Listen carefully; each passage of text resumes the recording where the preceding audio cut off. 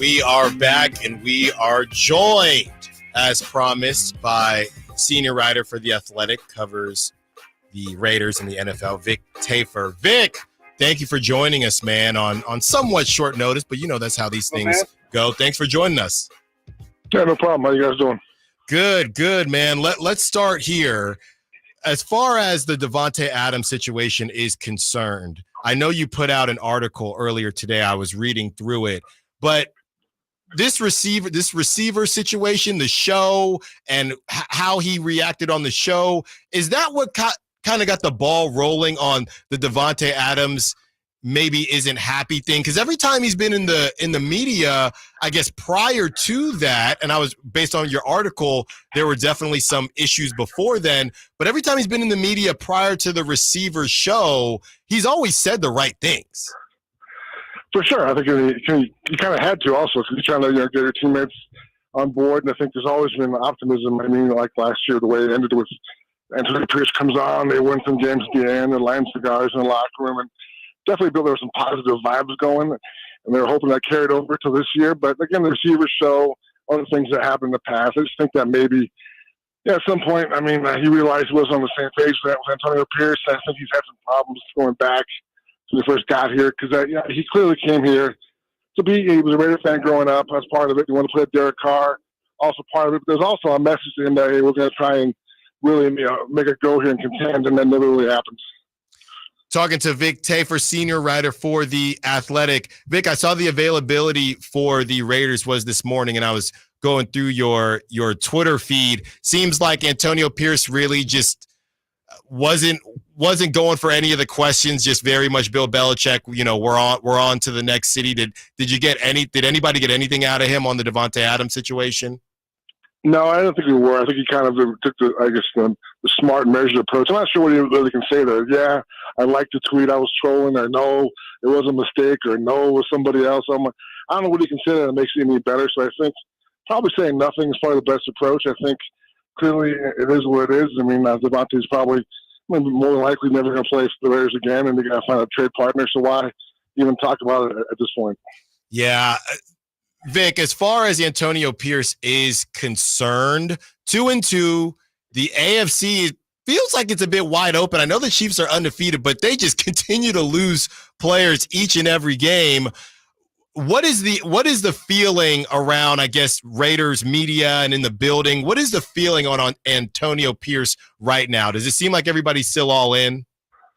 No, I mean, I think, there's some question marks. Obviously, I think he's had a rough couple of weeks. I was last week with the Carolina Panthers loss, and afterwards he kind of questioned his players' effort. Sorry, my alarm's going off. And then, so he questioned his players' effort, and that kind of didn't go over well in the locker room. I think it kind of put him in a bad spot where you have fans on social media trying to find videos and where this guy took a play off, and it was just a bad message. He apologized for that, and now he's liking Instagram posts, which are controversial. So I just think it's a rough 2 weeks for him, and he's learning. I think the players still respond to him, but clearly this team won't be as good without Davantae Adams. Talking to Vic Tafur, senior writer for The Athletic. Of course, Vic, everybody's firing up the trade machine out here in Sacramento. People are talking about a Brandon Ayuk for Davantae Adams deal, and we saw, I believe it was Diana Rossini, talk about the Jets, and somebody mentioned Hassan Reddick, Hassan Reddick, he wants to get paid. He hasn't even been playing. Off the top of your head, any realistic trade destinations for Davantae?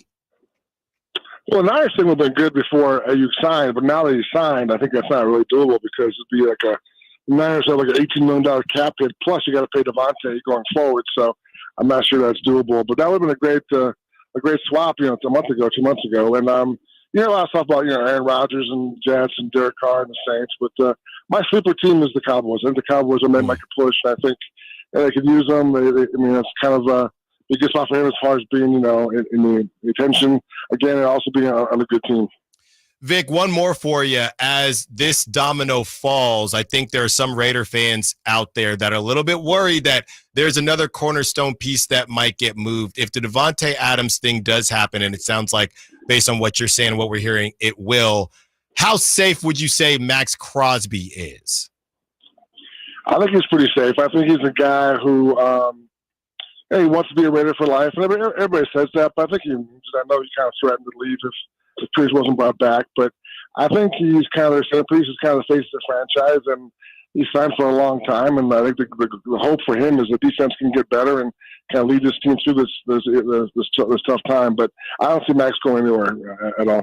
That is good news if you are a Raider fan. Thank you to Vic Tafur, senior writer for The Athletic, covers the Raiders and the NFL. Vic, thank you so much, man. We got to talk to you soon. All right, bud. Take care.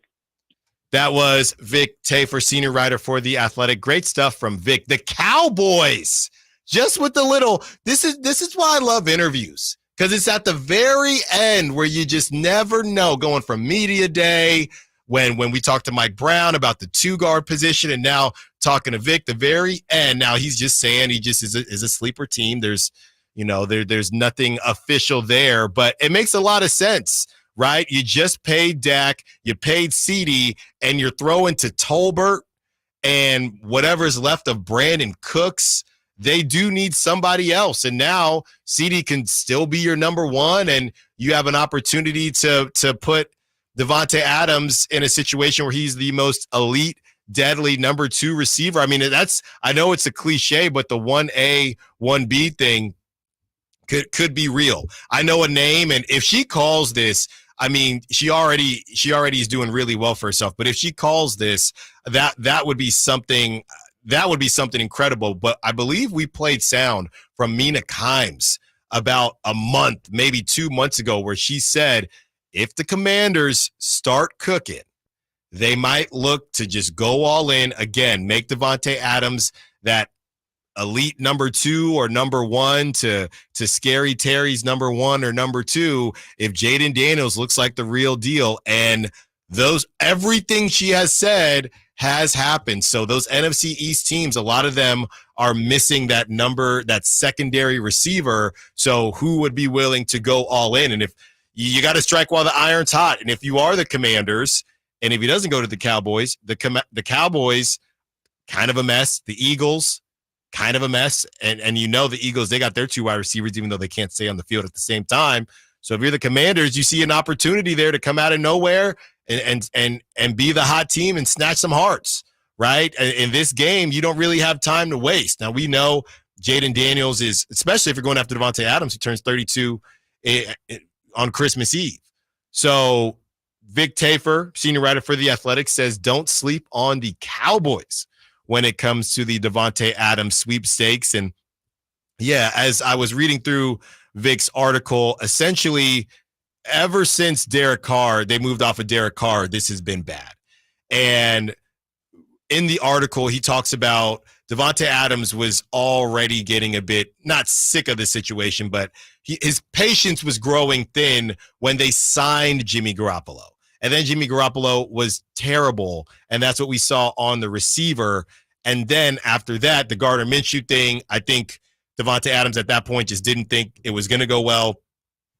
It's not that it's gone horribly, but I don't think that he thinks they're going to truly contend. And when you lose to a Panthers team, I mean, they could be 3. Are we having this conversation if they're 3-1 right now? Right? Maybe not, but that's not the situation. Coming up next, top stories at the top of the hour. Thanks again to Vic Tafur.